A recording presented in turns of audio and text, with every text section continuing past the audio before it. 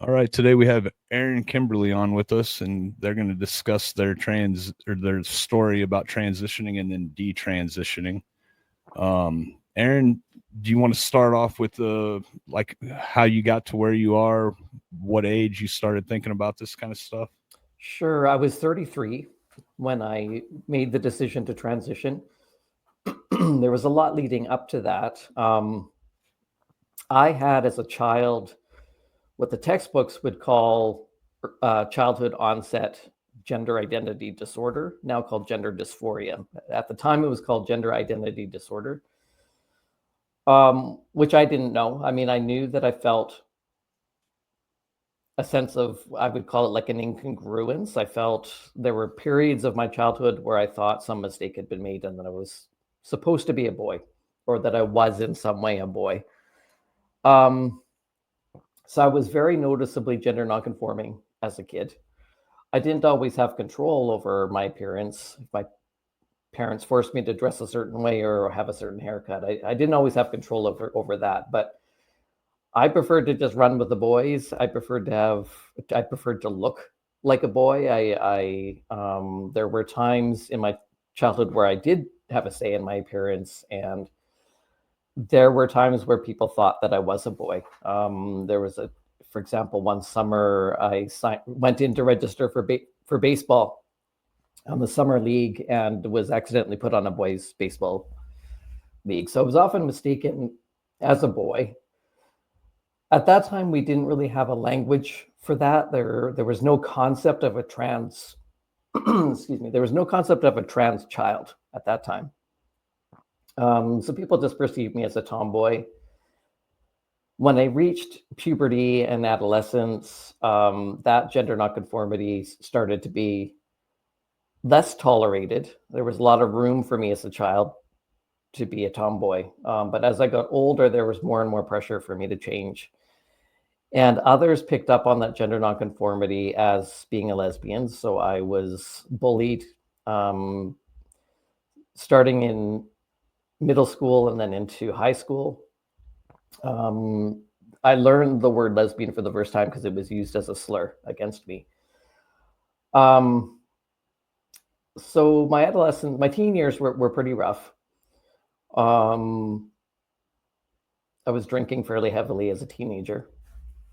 And then eventually moved, well, at age 16, I connected, because I grew up in a small, isolated farming community. So I didn't know any other gay or lesbian people in my town. I reached out to a city resource center and they connected me with a peer. So I got to know her. She was my age. And then I started traveling to the city at age 16 to go and see her. And we were hanging out at the Dyke Bar together as 16-year-olds. And then as an 18-year-old, when I graduated from high school, moved to the city and started to connect with lesbian community. And met a lot of different kinds of lesbians, including some very masculine, what we call a butch lesbian. And so that sense of incongruence, I started to just understand as this is something that some lesbians experience. I heard gay men talk about that as well. So I started to just fold that into a lesbian identity. And that's how I existed for, through my 20s. And trans still wasn't something that was commonly talked about. I hadn't met another person who had ever medicalized. And when I did start to hear a little bit about that through the 90s, it seemed very far-fetched to me. It felt like a Pinocchio story, right? It's too good to be true to ever, become a real boy.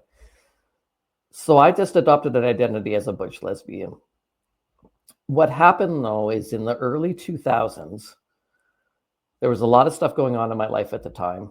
The breakdown of my long-term relationship. She had a brain injury that had changed her.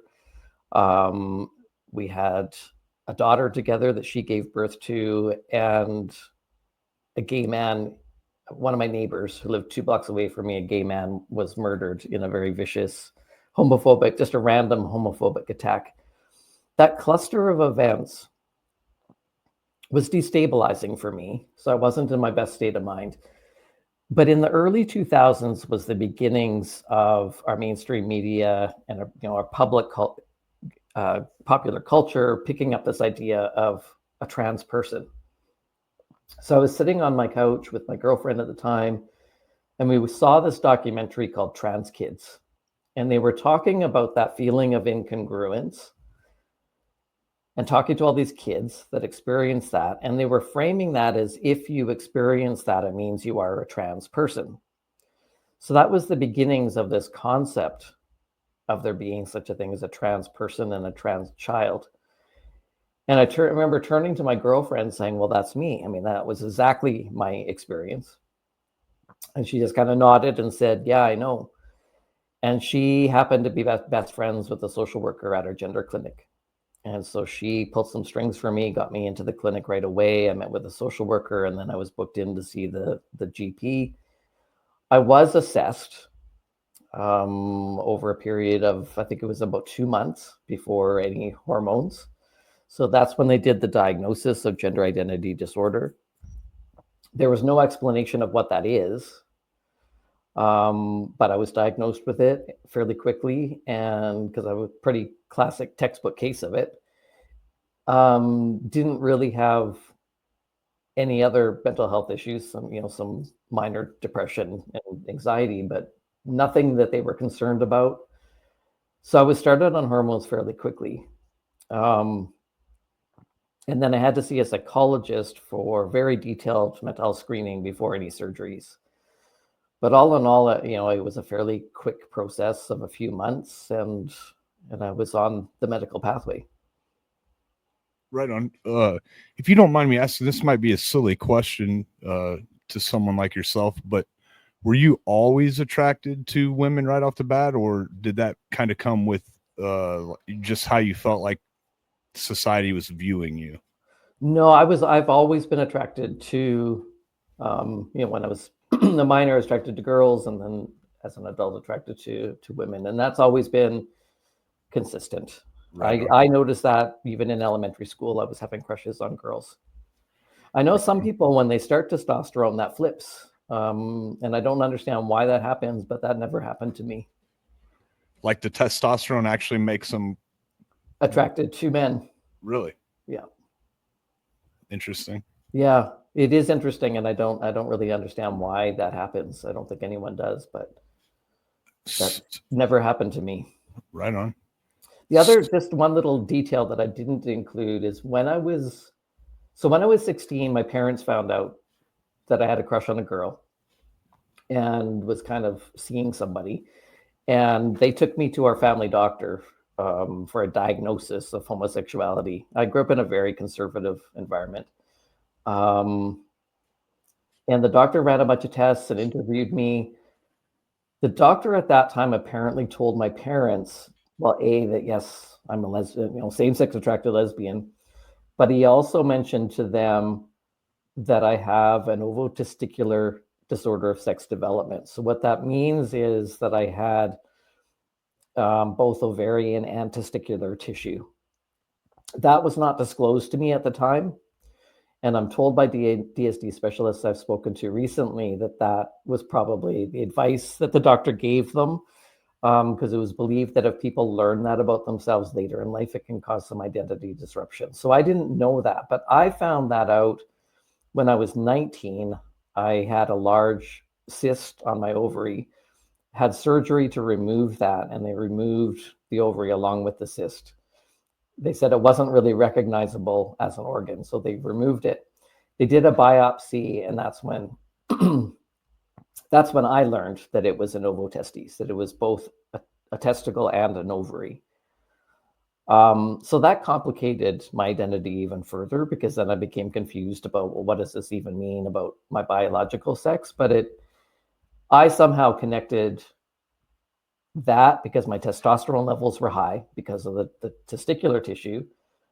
I had, in adolescence, started to masculinize a little bit. I grew facial hair, for example, and had more body hair than the average female.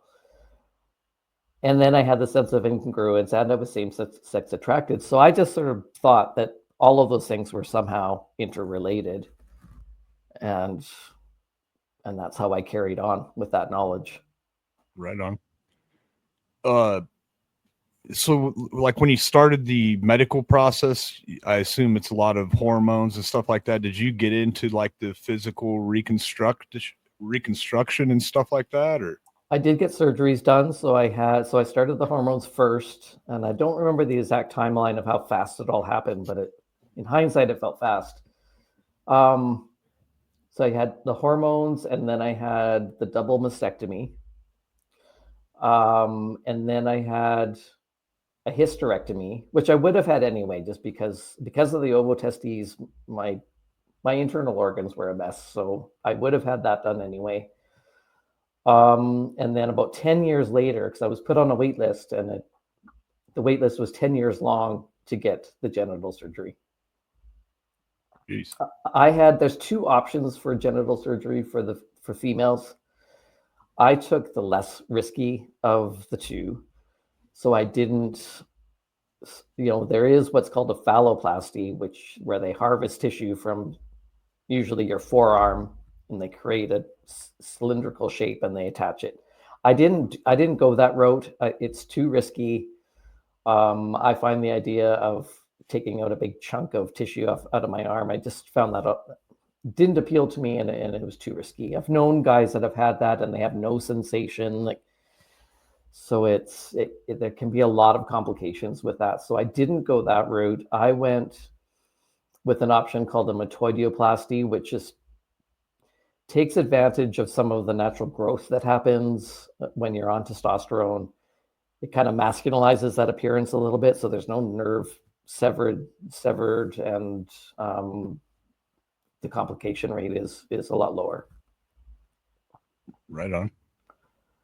And then I guess how long were you in that state before you decided that you wanted to go back, if you will, or detransition? About 18 years. Oh, shoot. Yeah, so I was 33 when I started that process. I first became alarmed about what's happening because I'm a registered nurse. I work in psychiatric nursing, and I was working at a clinic for youth, and our clinic was just starting to do gender affirming care. And I was meeting with the young people, doing the bulk of the information gathering, and was also being told through the training we were receiving that the care has pretty much eliminated assessment. Meanwhile, these youth that I was assessing were very, very complex. A lot of them didn't have a sense of incongruence or weren't gender nonconforming as children. They were adopting trans identities as teenagers. And it was mostly girls, whereas historically it had been mostly boys. And the complexity of these young people I was seeing, because they had things like autism or ADHD or severe trauma backgrounds, I didn't feel comfortable rubber stamping them without really careful screening and in some psychotherapeutic work, especially for those that were experiencing trauma. And so I got into some hot water with activists and with the health authority because I was starting to just push back against this model of care. And meanwhile, some of my friends that I've known for the last 20 years who transitioned around the same time I did were starting to unpack their experiences, and some of them very much regret having done it.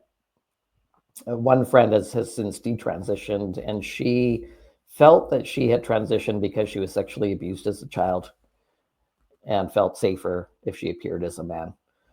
So hearing those stories, of people that had transitioned decades ago, or a decade and a half, I just started to feel really uncomfortable being involved in gender affirming care. It didn't feel like a safe model of care for young people, especially. So that's when I first started to really question all of it. I mean, it's sort of, once you start pulling one thread, the whole thing can start to unravel. And I really wanted to understand what gender identity disorder is. That was one of things I was excited about because, like I said, my doctor had never explained to me what that is. So when I started doing the clinical work, I thought, awesome, this is maybe my opportunity to really understand this from a clinical perspective.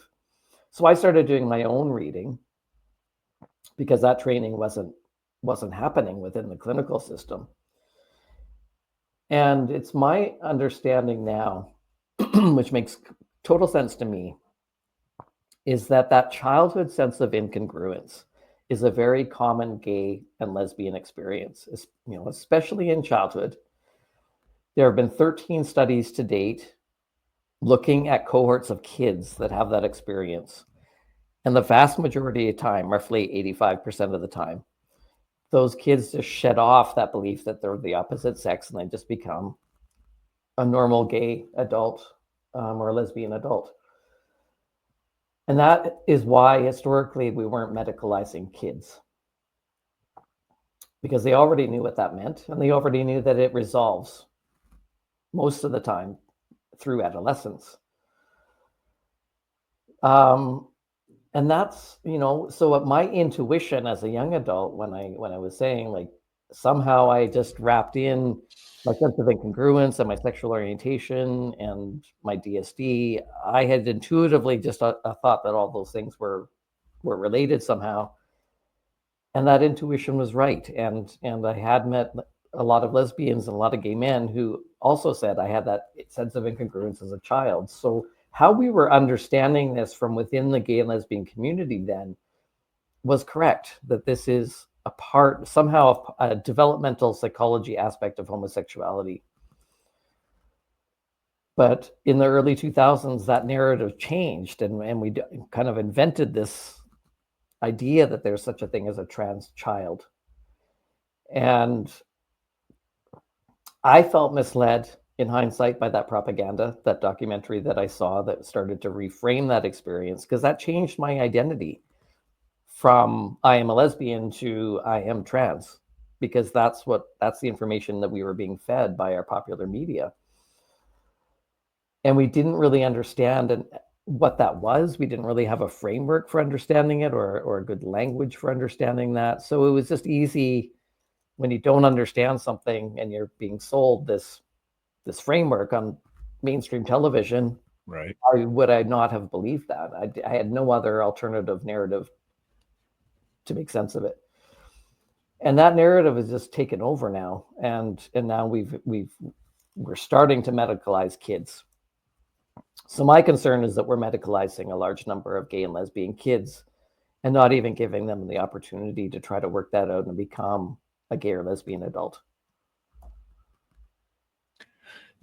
If you were going to put an age on there, what age would you say is too early, or this is a good age that you could make that decision?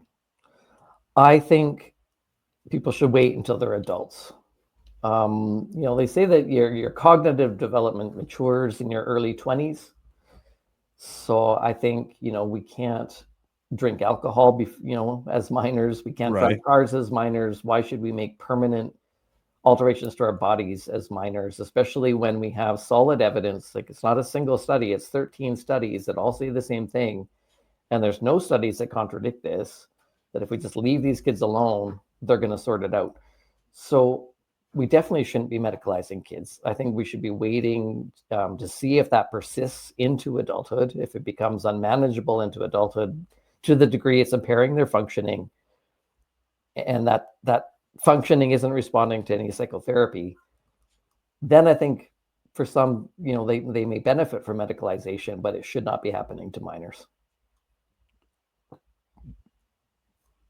If a young kid, or let's say like a 14, 15-year-old was thinking about transitioning, is there like a message that you would share with them? I'd want them to understand the nature of their experience, because that's really what I think I needed, was just a framework of, based in reality, that I can hang my hat on and say, okay, I understand what this is, and move on. That I think is what I was struggling with the most, is just having an experience I didn't understand. So I'd want to do a lot of education with these young people. That childhood incongruence isn't the only reason that people transition. There are two pathways that are fairly well researched and understood. So that childhood onset type is one that's highly correlated with homosexuality. The other cohort that they were seeing come to clinics were middle-aged heterosexual or bisexual men. And that is a completely separate pathway called autogynephilia. That's a difficult concept to understand, but it's basically heterosexual men, fairly typical average heterosexual boys that grow into men. And there's by some mechanism we don't understand, that heterosexuality kind of turns inside out, like a boomerang effect. So they are attracted to women, but they become attracted to the idea of becoming women. But that usually doesn't emerge until adolescence or adulthood. And it doesn't always mean that they want to medicalize, but if that becomes intense enough, sometimes they start to feel repulsed by their own bodies and that strong drive to medicalize. So regardless of what pathway, and now I think there's a third pathway of kids just adopting trans identities because it's sort of a cultural fad. Or they have other mental health issues, and the idea of trans kind of hooks into those other mental health issues, and they convince themselves that medicalizing is the solution to that. So now I think we have these three primary pathways to medicalization. And I would want to make sure that these young people understand which pathway they're on and what their motivations are.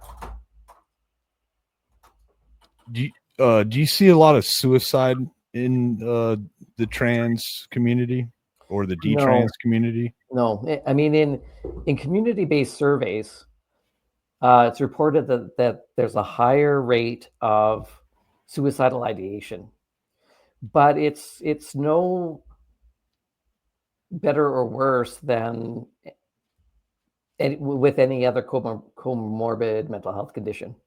Right on. I mean, gay and lesbian people also have a higher rate of suicidal ideation, but suicidal ideation isn't the same thing as completing suicide. I mean, I've done many suicide risk assessments, and it's really important that we're doing those assessments with these young people. And reported at the clinic where I was working, about 80% of the young people that we did intake for in the clinic reported having suicidal ideation. I only remember 2 completed suicides, and I saw hundreds and hundreds of youth through that clinic.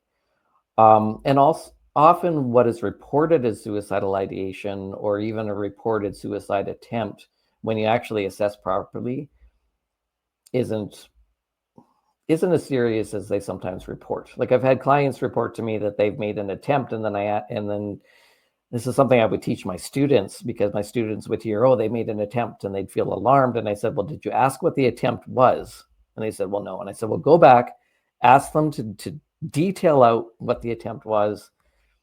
And often the youth at that point would say, oh, well, I took 1 Tylenol and I spit it out and went to bed, right? So it's really important that it can't just be based on community-based surveys, because self-reporting doesn't give us enough information, and it could be distorted information. Right on. Did you personally, or do you know of people that have health complications related to detransitioning or transitioning itself? Transitioning has a number of known potential complications in trans men, so females that take testosterone. The most common complication is high cholesterol, which could then lead to heart attacks and strokes. So that did happen to me, though it's also genetic in my family. But we did regular blood work, and I watched that cholesterol level climb and climb and climb. It got to a point where I had to take medication for that. I took statins to reduce my cholesterol. And the combination of the testosterone and the statin put so much strain on my liver, it started to do liver damage. So that was one of the motivations for me to stop taking testosterone. I do still take the statin, but the statin alone seems to be okay. There are potential surgical complications, so whether the phalloplasty or the metoidioplasty, and where most of those complications happen is in the urethral extension. They have to create a chunk of, basically, an extension to your urethra that runs through the neophallus. Where they hook that up It's because it's a graft, and that graft can malfunction. So it can either split apart, which is called a fistula, where it opens up and now you're peeing like a sprinkler. Or the other potential complication is you develop scar tissue, and that if that is severe enough, that can actually close off the urethra, and that's a medical emergency because now you can't void and urine at all. Right. And those complications are pretty common. Of the people that my province sent us down to Texas for our surgery for a 1-year period of time to trial it out. And every single guy that I know that went down there came back with complications. The health authority, I think, quoted something like 80% of those that they sent down there had complications. Do you see more complications with women transitioning to men or men transitioning to women? I'm not as familiar with the stats for women just because it's not my social group, so I don't have much anecdotal evidence from hearing their stories the way that because I interact with so many trans men. But yet there are potential health risks for estrogen use. I've heard of heart attacks being one of the primary ones. One advantage that the trans women have is that estrogen, for the most part, is reversible in ways that testosterone isn't. So testosterone use becomes a complication if anyone wants to reverse what they've done. But on the flip side of that, trans women who have to wait until they're adults to transition and they've gone through a male puberty, their natural testosterone also isn't reversible. And so their concern is that they're not going to pass as well once they've developed an Adam's apple and larger bone structure, facial hair, baldness. None of that is reversible. So they sort of have the opposite problem that the trans men have. And there are lots of surgical complications with the vaginoplasty as well. Right on. Especially if they're transitioning minors, because if they put them on a puberty blocker, what they do for the vaginoplasty is they use the tissue of the penis and invert that to create a vaginal canal. But if you're put on puberty blockers, it halts your puberty, right? So it halts the development of your genitals, and then they end up with a micro penis, and they don't have enough tissue to invert to create a vaginal canal deep enough to have penetrative sex. So they end up having to harvest tissue from elsewhere, usually the bowel, and have to create a vaginal canal with that, and then there's more complications. I think a while back there, I'm not sure how familiar you are with that Jazz Jennings. I'm not even really sure what she was famous for, but there was that thing where her mom was saying if she didn't put that device inside of her to keep it open, that she was going to put it in there herself, which I don't know if that would be considered child abuse or not, but so you got to do something like that. There could be infection problems and stuff like that. Yeah. So it's basically like a wound that keeps trying to close, right? Yeah, that's exactly right. Yeah. And that's the potential complication for the urethral extension too, because any circular incision has a tendency to want to close. And so that can happen with the urethra, and then you can't urinate, and then that's a medical emergency because your kidneys and your bladder are backing up. Right. But the same principle applies to the creation of a vaginal canal. Is it's always going to want to close, so they always have to dilate it to keep it from closing up. Like if you're out in public, you're identifying as a woman today, right? You're detransitioning, or out in public, I don't go around announcing that I'm female because I know I don't look like a female. I just roll with it. I mean, I have the full self. I always have had the full self-knowledge that I'm female. I've never been delusional about my biological sex.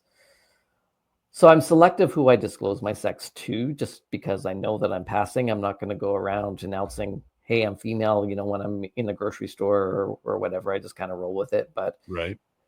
anyone that needs to know knows what my biological sex is. Right on. Now that I'm off of testosterone, I mean, I don't know what my body's going to do. So if I start to be more female passing, then absolutely, I'll just roll with that and change it all back. This might, again, I'm not trying to be offensive or anything, but did the beard come as a result of the testosterone? I know you mentioned earlier that you had some facial hair growth, but I did start to develop some facial hair on my chin and a mustache and a little bit on the sideburns as a result of just naturally high testosterone levels, which I always removed. But once I started taking testosterone, it filled in very quickly. So you're hosting this podcast called The Bearded Lesbians, right?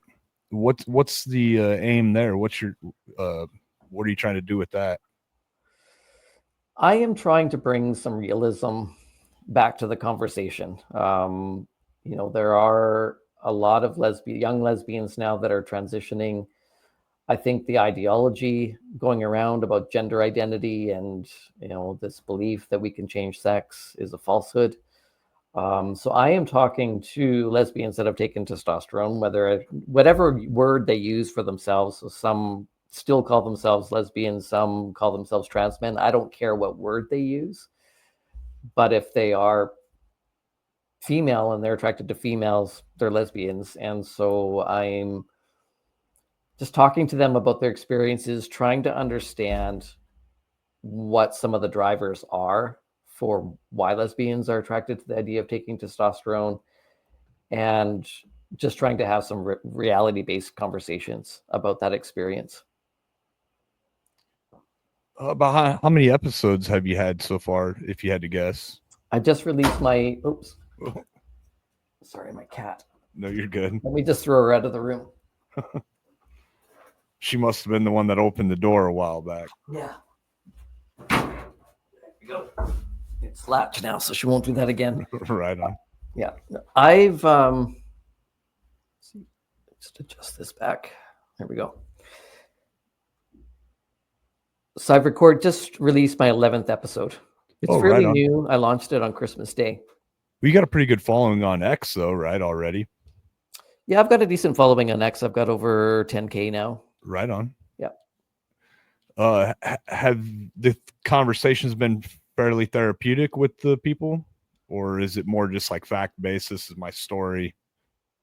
A little bit of both. Sometimes it does get kind of deep and emotional, and sometimes it's more about the politics and people's frustrations with the politics. So it's people talk about different things, and some have detransitioned, some are just starting their transition. So I want to just talk to as many different people as I can, and like I said, I'm not terribly concerned about what words they use to describe that experience, but I'm just trying to capture that whole cohort as best as I can, and then just understand what motivated them to do it. What were they struggling with? How were they as children? What do they think?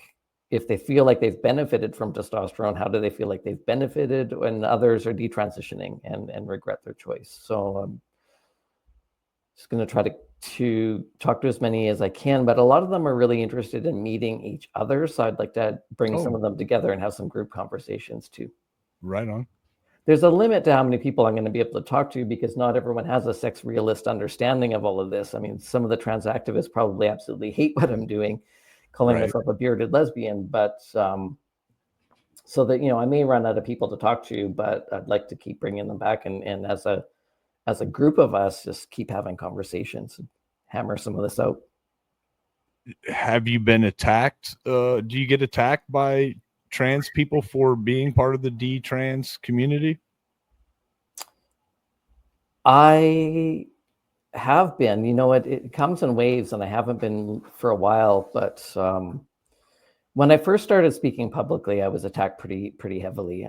My clinic was boycotted. I was removed from my role at that clinic because I was pushing back on the model of care, and because I was talking about the different pathways to gender dysphoria, which to me is just common sense. It's in our current diagnostic manual. The two known pathways are well outlined in our current diagnostic manual. So this isn't historical information, and it's not false information. It's right there on paper. But it's become very taboo to talk about what those underlying pathways and motivations are, even though they're well established in the medical research. So the whole thing has just become so politicized, and as soon as you start to talk about these issues in a way that isn't in alignment with this new ideology, you immediately get branded as a bigot. And I'm not immune to that any more than anyone else. I've been called a Nazi and a fascist and a bigot just for having a realistic understanding of what biological sex is and what gender dysphoria is. I think I seen on your website, you state that you only believe in two genders, right? There's only two sexes. Right on. So, right on. Yeah. So yeah, you probably get hate automatically for that. Yeah. I have this DSD that I have is very rare. It's the most rare. And it's often called the one that's hardest to determine which sex we are, but it isn't actually when you really break it down. So biological sex is just about your reproductive ability. It's nothing more, nothing less, right? When a person has both ovarian and testicular tissue, both of those can't be viable at the same time. So one is always dominant and the other one is always dormant. There's never been a case of a human being both having the reproductive ability of both sexes. So in my case, my ovary was functioning and the testicular tissue was not producing sperm. It was producing testosterone, but it was not producing sperm. So I'm reproductively female. Yeah, makes sense. Yeah, so there are variations within females and males when they have these rare intersex conditions. Your chromosomes may not match your genitals, or your genitals may be somehow abnormal, but we are all either male or female.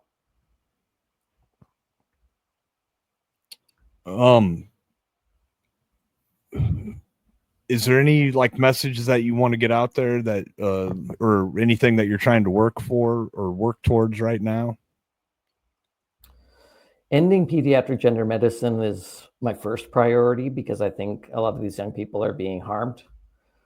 And then the second part is just changing this cultural narrative away from these false belief systems. That's going to take a lot longer. So we can't wait for that to shift before we address the childhood problem. So that's why legislators are stepping in and just shutting it down. But when that is done, we need to do a lot of work just to do a lot of public education about what has happened and start to educate about the reality of these conditions, not this political narrative that's going around. And that's difficult because as soon as we start to talk about it, we're immediately branded as bigots. Right. But hopefully, I know here in Canada, some of our provincial governments and hopefully our next federal government will tackle this, where they start to create protections, especially for professionals like myself within the medical field, that we can't be disciplined for talking about the evidence about these practices and what this condition is. So some of the provinces are starting to do that, because one of the things that's happened is we're creating conversion therapy laws with the terms gender identity in those laws, saying that it's illegal for anyone to change anyone's gender identity. That interferes with ethical psychotherapy for gender dysphoria. So what happens is I lobbied when that bill was being debated in Parliament. A number of us in Canada lobbied to have a couple of clauses added.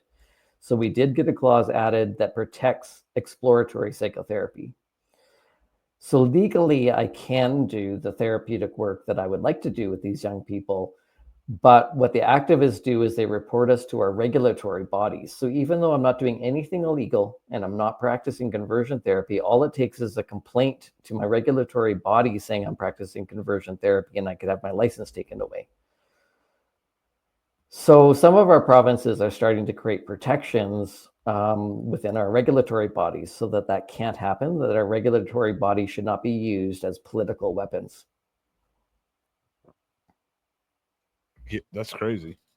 So basically, if they find out you're just suggesting that these people think about it, they could file a false report and Yes. your license is gone, basically. Yeah. The government just automatically sides with them, more or less.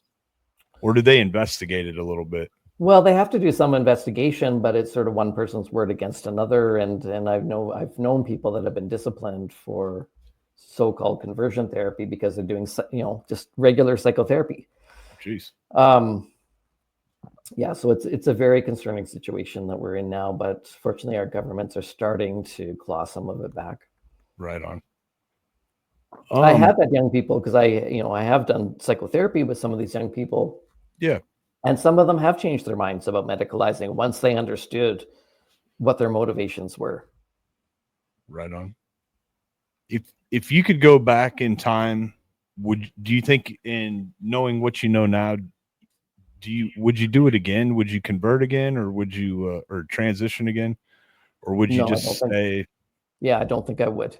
If I had accurate information and not bought this lie, and if I had, life was hard back then as a butch lesbian. There was a lot of homophobia. Like I said, my neighbor was murdered in a homophobic attack. It was just a random attack. It wasn't anyone that knew him. There was two guys came from the suburbs into Vancouver with the goal of finding a gay man, and they knew that one of our parks was a cruising site for the gay men at night. So they just searched the park until they found a man, Aaron Webster, and they chased him through the park and beat him to death in the parking lot. So it wasn't uncommon for us in my early adult life to lose jobs or be denied housing opportunities because we were gay or lesbian. So life was hard. And when you're a butch lesbian or an effeminate gay man, you're very visible as a homosexual. I could never hide that.